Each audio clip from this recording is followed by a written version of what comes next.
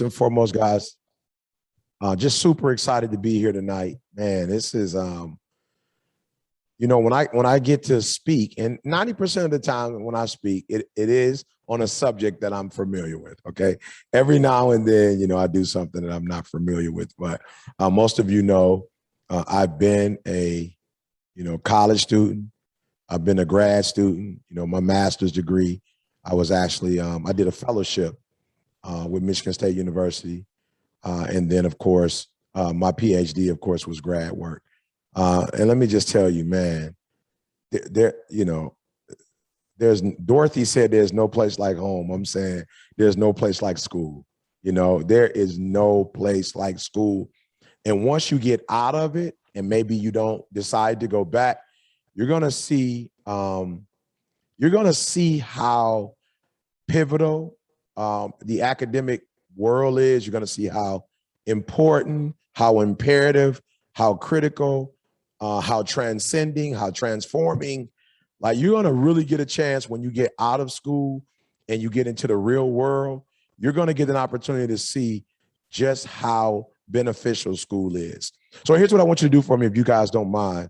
And don't worry about the numbers. You're here. Okay. You're here. And that's what's most important.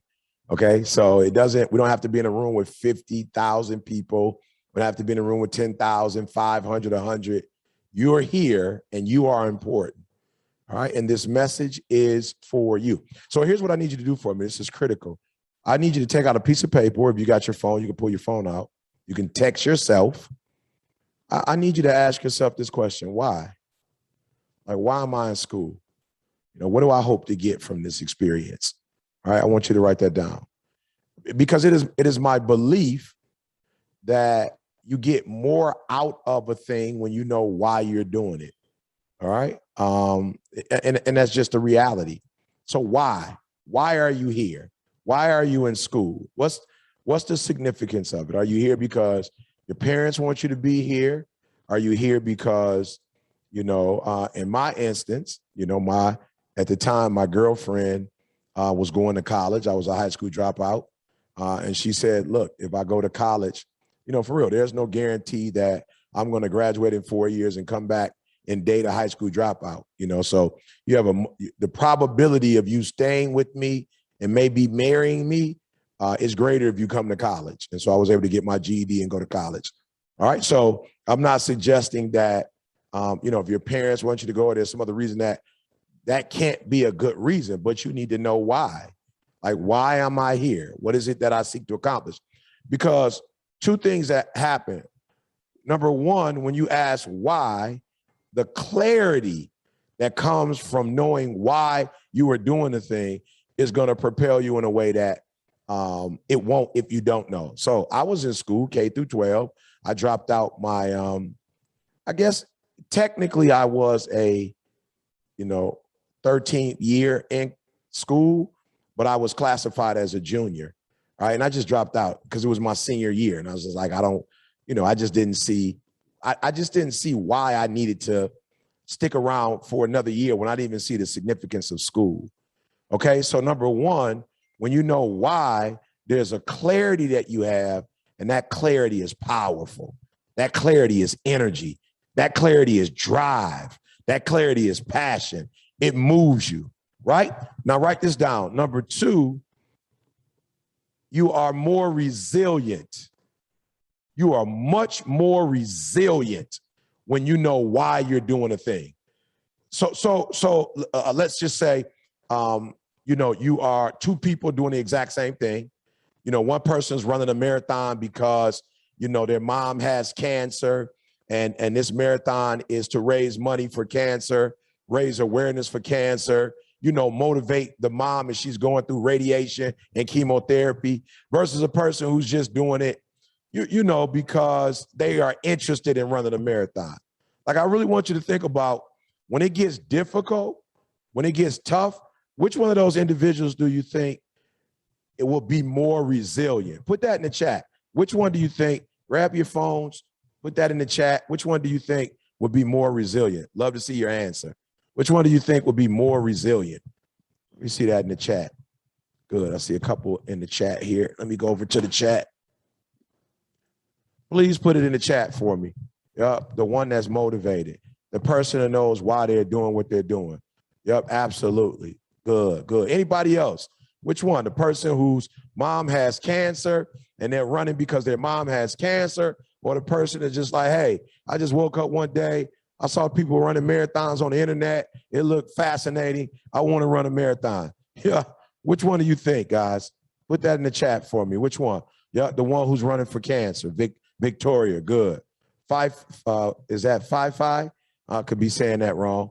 Carissa, yeah, absolutely, absolutely. Put that in the chat. Which one? So the same thing for you, right? You know, people tell me all the time, you know, school is difficult, school's tough. Life is difficult, life is tough. But the person who has a why for what they're doing has a greater chance of getting through that particular struggle than the person that doesn't have a why. So I'm not asking you what's your why, you know, because I don't have anything else to say, or that's like a catchy phrase or a mantra for me. I'm just being honest. The person who's doing it for cancer, right? Isaac put it in there, right? The one who's more passionate about the cause. I think that's Denise that said that, right? And that's the absolute truth. So what I'm saying to you is, it's not if school is difficult or not. That doesn't matter. It doesn't matter if something is difficult or not. What matters is what's pushing you, what's driving you. And if the thing that's pushing you or driving you is greater than the struggle, then you're going to get past the struggle. But if the thing that, the reason why you're doing a thing, if it's not as important, if it's not as critical, if it's not as motivating, if it's not a greater cause, then you probably going to quit. And so I say to you, there's no reason to quit. Just a why. So if you guys don't mind, do that for me. Give me some why. So why are you in school right now? What do you hope to gain from it? What do you seek to do with your degree or your studies? What's the plan? Right? Why are you doing it? I think this is critical. If you don't mind, put that in the chat for me. All right. So what we're going to do is I've got a couple slides that we're going to go over. Then when we get to the end of this thing, we're going to do a little Q&A. I always want to make sure that, you know, I reach out to you guys, right? To be a speaker of the house, that's great. Good. That's great. To be a speaker of the house, that's a phenomenal, very clear goal. It's very clear, very concise. And I'm sure we can go on the internet, or maybe an advisor could walk us straight to that path. That's brilliant. Like, that's clear. Like, the speaker of the house, that's clear. Like, it could take 4,850 steps, but I guarantee you each one of those steps are clear. What you need to do to get to each level, what you need to do to get to each phase. I'm sure it's 100% clear. I hope to get a career in public relations field and build a better future for myself filled with opportunities. Absolutely, absolutely. So I can help students, underrepresented groups such as myself to succeed. I love it. I think that's dynasty. I love it. Lee says, I want to bring justice to students and address the systematic barriers in education. Absolutely. This is good. This is good. So what I want you to do for me is I want you to write this stuff down. I want you to keep this somewhere. And what I want you to do for me is, the days that it gets tough, go back and look at this. Go back, just like the kid who's running that marathon and he's getting tired. Look, just because he's running for his mom with cancer, it doesn't mean his legs doesn't get tired. It doesn't mean that he has problems breathing. It doesn't mean that, you know, his mind is not telling him, or her mind or their mind is not telling them to quit. It doesn't mean that the bottom of their feet are not hurting. It doesn't mean that they don't have knee pain. That's not what it means. But it means that the reason why they're doing it is so great that they run through the pain. They run through the knee pain. They run through the soles of their feet. They run through the irregular, breathe. They run through the mental stress that's saying quit, give up. They run through it. And they run through it because they're running to something. And so every day you got to get up and you got to ask yourself, what am I running to? Well, I'm running to have to be the speaker of the house. I'm running to have a career in public relations, right? So I can help other underprivileged or underrepresented groups, right, succeed. I'm doing it because I want to bring justice to students and address the systematic barriers in education, which means what? If you quit and give up, you can't do that. If you quit and give up, you'll never reach that goal. If you quit and give up, somebody who needs you will never get your help and may never be able to get over their barriers. If you quit, if you give up, right? So I just want to start there. Why? Why are you doing this? Why is this so important to you? What are you willing to sacrifice? What are you willing to do when you don't feel like doing? What do you do when the excitement that you had when you first decided you want to do this runs out? What do you do on the days where you're not as excited about getting up and going to school? The weather's cold. It may be snowing or ice on the ground. The sun's not shining, right? You don't necessarily feel the greatest. What do? You go back and you look at your why. You go back and you look at your why, and you let your why drive you. You let your why push you. You let your why motivate you. You let your why inspire you. You let your why be the fuel that keeps you going. And so we're not better than anybody else. We may not be smarter than anyone else.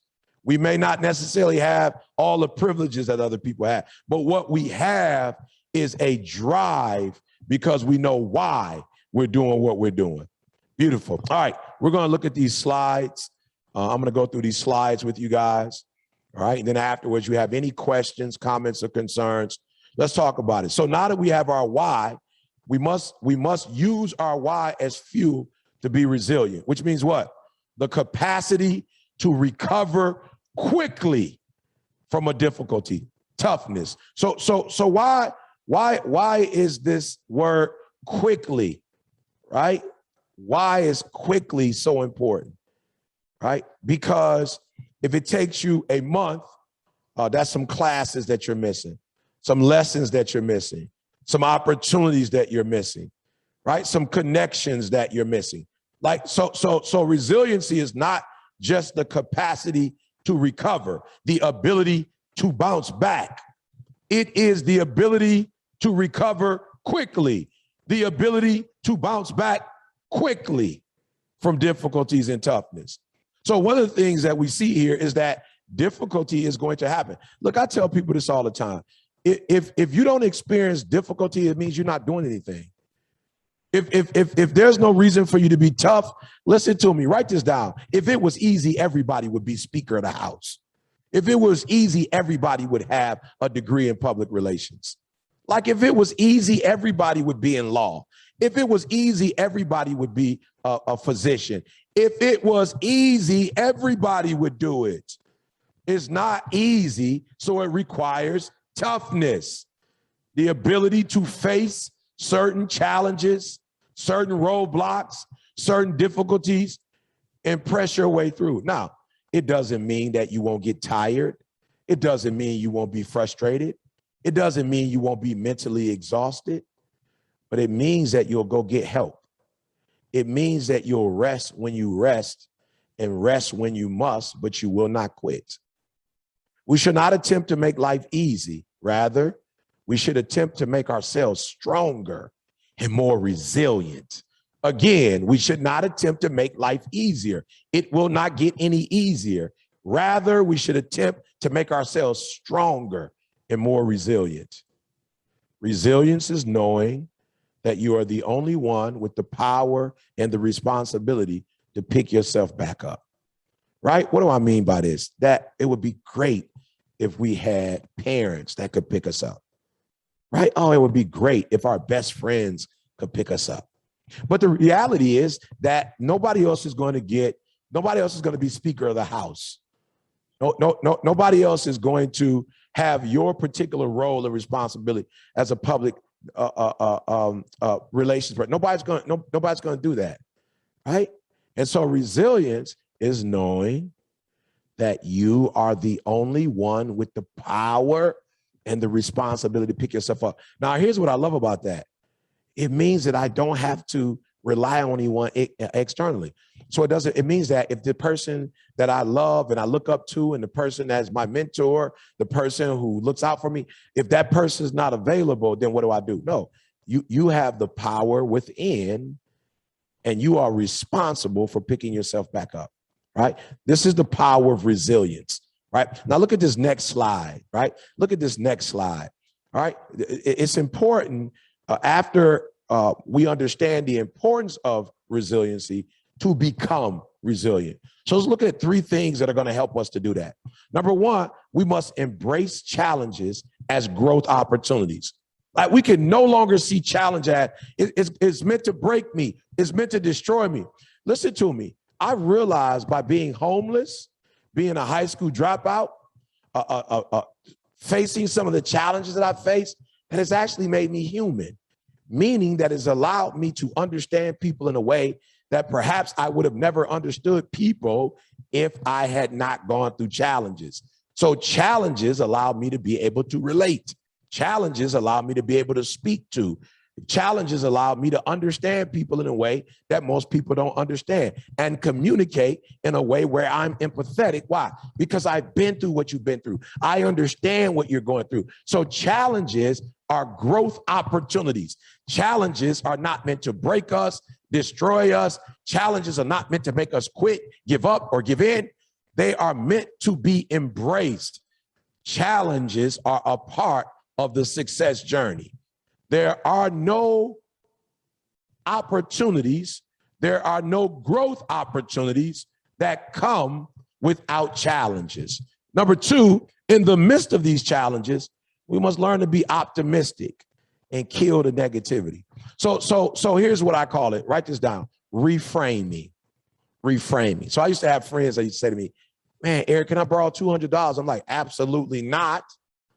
It was like, oh, you being so mean, you have $200? I said, I absolutely do, but I'm absolutely not going to let you borrow it. Why? Because you just told me you were broke and you need $200. There's no way you're going to pay me back if you broke. But if you would have said to me, Eric, I need you to invest $200 in me as I'm in this financial transition, right? That's reframing it. That's not being negative. That's being optimistic. I'm just in a financial transition. I'm going to be rich one day. And in the interim, I just need you to make a small investment. I would gladly pay you Wednesday for a hamburger today, right? That's being optimistic. So don't be negative, right? Because what negativity does is it drains your energy, right? It clouds your mind, right? It drains your spirit. So we can look at the exact same thing, but just reframe it, right? I'm not broke. I'm not desperate. I'm not destitute. I'm just in a financial transition. And one of these days I'm going to be rich and I'm going to be able to loan you $500. Number three, let's take action to improve our situation. I think one of the most tragic attributes and habits of humans is their inability when they get into a situation to see the solution, right? I put this up on Instagram the other day and got over 200,000 hits. I said, if you tell 3 different people the same problem, you probably don't want a solution, you want attention, right? I'm just being honest. You told 3 people the exact same problem, right? You're not looking for a solution. You're looking for attention, and attention seeking is not going to help you to overcome the situation. It's not a solution. So I don't need to talk to 3, 4, 5 people about the same thing. I can talk to one person or maybe get a second opinion. And based on that second opinion, I can take action that's going to change my situation. So I'm homeless. I'm a high school dropout. I speak to someone and say, man, you need to get your GED. And if you get your GED, I'll send you to college. And so I was fortunate enough to get my GED, go to college and get not 1, not 2, but 3 degrees. Why? Because as a high school dropout, that was a challenge. I wasn't able to get certain jobs. I wasn't able to get certain opportunities. But somebody said, you need to take action to improve your circumstance, to improve your situation. And I did exactly what they told me to do. I went to night school. I studied for my GED. I got my GED. That's the gateway to my PhD. Take action to improve your situation. All right, now watch this next slide. So we have resilience, becoming resilient, now being persistent, which means what? That sometimes when you bounce back, you might have to bounce back more than once. You might have to bounce back several times. You may have to bounce back 3 times. Have you ever heard of somebody who beats cancer, right? It's in remission and then it comes back. So what do you have to do? You have to be persistent. So sometimes toughness is not an event. Sometimes toughness is a mindset. Toughness is a journey, something that's not going to necessarily stop. You don't need it once or twice, but you'll need it throughout the duration of your life, right? Success is not the absence of failure, young people. It doesn't mean that because you're successful, you're not going to fail, but persist through failure. Why? Because we all meet failure.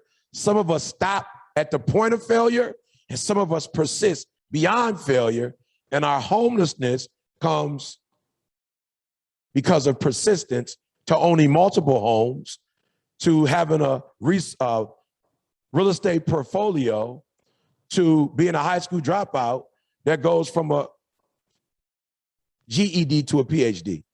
So I failed, and I fail over and over and over and over again. So I'm successful, not because I met failure, but because I persisted through it. So energy and persistence can conquer all things. Meaning what? That the same negative energy that's met to you, you meet it with positive energy and with positive persistence. And I promise you, you will be able to conquer all things. Beautiful. I believe this is our final slide, managing transitions, right? And so the word manage itself means to control. And here's what I want you guys to do for me. Look, we all go through problems, right? We all have challenges, but here's what I need you to do. I need you to learn how to manage, which means what? Which means that you are in control, right? It means that, yes, you're dealing with difficulty. Yes, you're dealing with challenges. Yes, there are trials and tribulations that are on the next level, but I need you to manage it, right? It's so funny. I tell a story about my daughter may be doing 75 miles per hour. You know, in Michigan, it's about 70. So, you know, you can do about 75 without getting a ticket. You know, my son doing 85, right? Now, this may make you laugh, but I actually feel more comfortable being in the car with my son doing 85 than I do with my daughter doing 75. Somebody would say, man, that doesn't make sense. But let me give me a minute to explain. My son at 85 miles per hour, believe it or not, has more control of the vehicle than my daughter does doing 75 miles per hour, right? So the issue is not speed when you're driving. The issue is control. And so the art of being a great driver is being able to not only control the steering wheel, also control the road, meaning that you're not only driving offensively, you're driving defensively. So you're not only driving for yourself, but you're paying attention to what other people are doing. And you have the ability to control the wheel, to control the speed, to control the circumstances. It's called managing. And so managing is the art of controlling, or the art of being in control. So you can have a challenge in your life. It doesn't mean it has to control you. You can have a negative situation. It doesn't mean it needs to control you. You can have something overwhelming happen to you. It doesn't mean it should control you. And so from this day forward, I want you to manage the transitions, okay? So as you go through life and life happens, I need you to manage, to be in control of all the transitions that happen in your life, okay? So transition, the process of changing from one state or condition to another. So you might wake up one day and your computer dies. I still need you to manage that transition. And you're like, oh, everything is on my computer. I lost my paper. I need you to manage that. What you don't need to do, you've lost your computer. You don't need to lose your mind. You don't need to be depressed. You don't need to be stressed out. You don't need to take off of school or miss a whole day or two because you lost your computer, the files on your computer, and now like you are frantic. No, manage it. Put your hand up and go, I'm still alive to live another day. I still have the ability to breathe, to walk on my own. I still have a place to stay. I still have food. I still have clothes. I think your mama or daddy, whoever your loved ones are, still love you. I think your friends will still love you. So you got to put it in perspective. You got to manage the transitions. So the process of changing from one state, perhaps a positive state, to a negative state, still being able to be in control. It was Winston Churchill who said, success is going from failure to failure without losing enthusiasm. Oh, I know. I said it, and you messed up, Eric. You meant from failure to success. No. Winston Churchill said success is going from failure to failure without losing enthusiasm, without losing your spunk, without losing your smile, without losing your joy, without losing your hope. It is the ability to manage transitions. It is the ability to say, I'm not happy with the circumstance and situation, but instead of looking at the pimple on my face, I will look at my entire face and how beautiful I am. Instead of concentrating on some small dot or dots that's on my face, I will focus on my beautiful lips, on my beautiful nose, on my beautiful forehead, on my beautiful cheeks, on my beautiful eyelids, on my beautiful eyebrows, on my beautiful tongue, on my beautiful chin, on my beautiful teeth. I will focus on all of the beauty and not allow life to get out of whack and out of alignment because one thing has happened. Change and transition is not a threat. It's an opportunity, right? Just think if the seasons didn't change. Just think if life didn't change and get better, right? So change and transition, it's an opportunity. Now, finally, tough times are often a sign that you are transitioning from one version of yourself to a newer version, a better version of yourself. Again, tough times are often a sign that you're finished with the old and you're ready for the new. You're transitioning from one version of yourself to another, a better version. Now, I wish I had my other phone, but this is an 11, and I just transferred from the 11 to the 13. All right.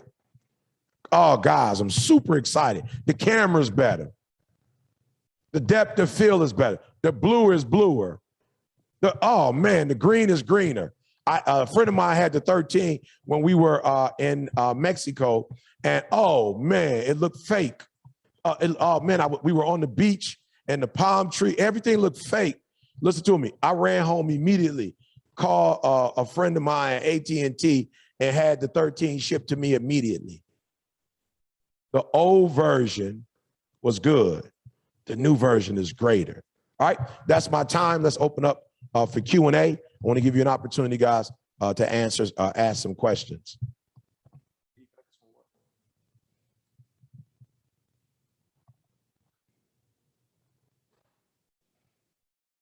Am I on mute? No, you're not on Okay. mute. Okay, good.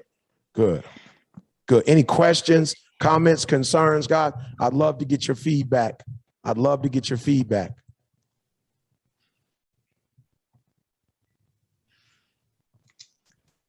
Uh-oh, so should I look at my...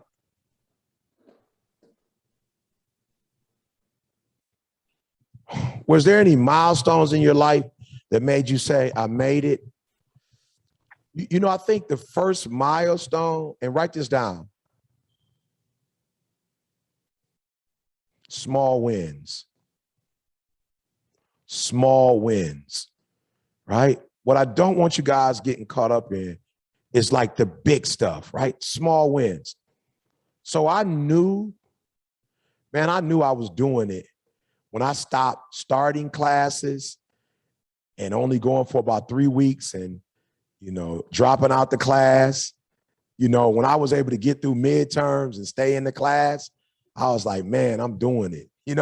When I was able to do homework on a consistent basis, I was like, yo, this is like, I'm a student. This is real. Like I'm actually, I remember failing English 3 times, twice, and I passed it the 3rd time. I remember like, wow, you fail, you took it again, you failed, you took it again. I was like, wow, I'm winning. Can you look at your phone? I'm winning. I'm winning. I'm literally winning. Like I'm starting something, I'm finishing something. And I had never done that before. So of course, I'm doing videos now on YouTube and I'm consistent. I'm doing them every week. And then, maybe after 6 months, I see 200 people. Then after a year, 10,000. And after 4 years, 100,000. Then after 5 years, 1,000,000. But I'm gonna be honest, that first 500 was, whoa. That first 500 was like, man, I got 500 people follow me. So a lot of people like, how was it when you got the first 1,000,000? I don't know. But that first 500, I was like, yo, I got 500 people following me. It was like me being in a church or something, or a classroom. 500 people was a lot of people. And then I didn't know if it was 1,000, because it could be 500 with their phone, but they could be in a room with 3 or 4 other people watching. And I was just like, wow, I'm actually starting and I'm finishing. I'm starting and I'm finishing. And as I continue to start and finish over a long period of time, I begin to realize, like, yo, I'm doing it. You know what I'm saying? Like, I'm not quitting no more. I'm not procrastinating. I'm not giving up. I'm not giving in. Like I'm doing it now. I'm really successful now. How long did it take you to get your degrees? Oh, did you have to stop and work in between? Oh, man, what a question. So the first degree took 12 years. The 4-year took 12 years. So I got kicked out on academic probation, came back, was killing the game. But I put myself in a position where the person that was giving me a scholarship left and I didn't have money to finish. So I worked, came back. So that's why it took me 12 years. Master's degree, 2 years in and out. PhD, probably about 8 years, because I was an adult, traveling, speaking, doing my thing, So, yep, took me some time. So didn't get my first degree until I was 30. And I didn't get my PhD until I was like 45, 46. So, the cool thing, though, is none of the degrees have how long it took. And I have the same rights and privileges of everybody else that graduated on time. What was one of the most challenging moments during your doctoral program, and how did you overcome it? Just the grind of working, married, having a family, all that research. I got numb. Like all the research, all of the practicum hours I was putting in, all the paperwork that I had to do, the actual, I did a qualitative study. And so all of the hours of interviewing students and mapping, and storytelling, the edits, the iterations, like, woo, that writing, I'm not a writer. It was a lot, and so there were moments where I would get up early in the morning, I wouldn't get any sleep. I'm driving, about to get into a car wreck. I'm on a plane getting ready to go to an event, sleep the whole time on the plane. Just all of the work. It was tough, man. I wanted to give up and give in, but I'm so grateful that I didn't. And what I realized about degrees, again, it doesn't make you better than anybody, but people respect you more because they see you know how to start and finish. And they know how difficult it is to do it. So they have another level of admiration and respect for the 4-year, the master's, the PhD. Do you know less than 20% of the world's population get a 4-year degree? So like you put yourself in a very rare place when you're able to get that 4-year degree. All right. Can I have motivation to create content? I feel like I have a unique voice, but I'm terrified. I'm a small TikToker. No such thing as small or big. A TikToker is a TikToker, right? There's no, they don't let you get on TikTok if you're small or big. You get on TikTok. Now, I'm not a TikToker. I use some of my other content to put up on TikTok. And I want to redo my brand, but I'm scared. First of all, you should never be afraid. Why? How difficult is it being you? That's the easiest thing you could do on the earth, is be you. The easiest thing you could do is come up with content from you. It's the easiest thing you could do. The hardest thing you could do is be worried about what people think about your content, right? That's the hardest thing to do. The hardest thing to do is be concerned with what other people think. That's the hardest thing to do. Being yourself and putting out content, that's not difficult. All right, our final question looks like, when did you realize you wanted to be a motivational speaker? What were the first steps you took toward this goal? Can I be honest? I was 16 years old. I lived in Detroit at the time, and I went to Atlanta with my god, like my sister and my god aunt and my god uncle. And I remember we got to Atlanta, they took me to a revival, and the pastor was speaking, and I was like, yo, I got to do that. Like, I could do that. You know, like I watched him, and I was like, yo, I could do that. So I literally took a message that he did when I got home, and they gave the young people, it was called a week of prayer. They gave us an opportunity to speak. And I think I was asked to speak Thursday. And I remember speaking, like I practiced, I practiced, I was, doing the story, looking in the mirror, taking a shower, I was just all into it. And after I spoke, I was like, even though I felt like that wasn't the best I could do and I was a little nervous, I felt like, yo, I could do this. This is something I can do.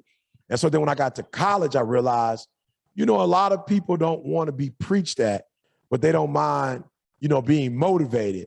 So I think the first step is finding somebody that you like or you look up to and kind of watching them. And I wouldn't say being them, but, mimicking some of the traits and the characteristics. I would say number two, kind of figure out what my voice is. Am I like, a storyteller? Am I a teacher? Am I an orator? Am I like, do I do poetry? Like kind of figuring out your voice. Like, do I speak light? Do I speak loud? Am I energetic? Am I passionate? Am I more methodical? Those would be the first steps that I would take. As a first generation student, have challenges major very often with my undergraduate degree in science education, and my PhD I'm currently in will be in biology. I want to do diversity, equity, and inclusion work. What advice would you have on transitioning to the unknown space? Well, first of all, there is no unknown space. The space might be unknown to you, but it's known to somebody. So I would just find somebody who I admire in the diversity, equity, and inclusion. If you don't have anybody, I'd go online and research who are the top people. I would DM those people, ask them for an opportunity to shadow them. Like, I'll pay for it myself. I want to shadow you. If you don't mind, I'll be your apprentice, whatever. But find a way with somebody that's already in the field, that's successfully in the field, find a way to connect with that person. All right, that's what I would do. Find a way to connect with that person, sit under that person's feet, learn from that person. All right, that's what I would do. That's the easiest way. There's somebody that's already gifted in that. They have a lot of knowledge in it. They love it. They have experience in it. They want to help. That's what I would do. That's what I would do. Man, guys, thank you so much for your questions. Somebody said, what's next for you? What are you striving for? The Nobel Prize. LeBron, of course, is the NBA title.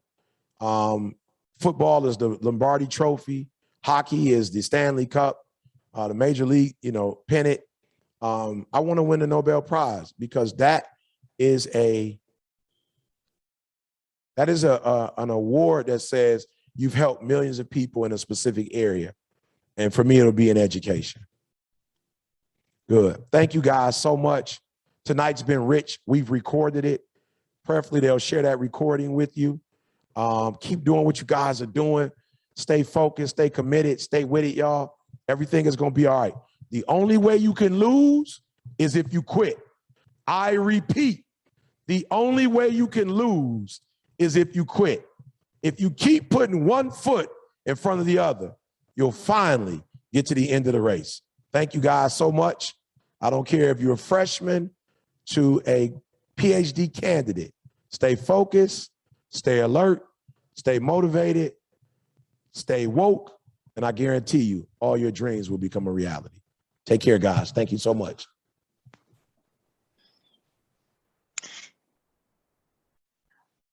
Oh. Well, I wanted to say thank you. It's okay. But yeah, I do also want to say thank you for everyone who came out today. This was our first ever keynote, and we're just happy to have this event, happy that you all enjoyed this event. I will hand it over to Denise and Lee, who are from the Student Success Center. We can go ahead and do the drawing for the bookstore award. There we are.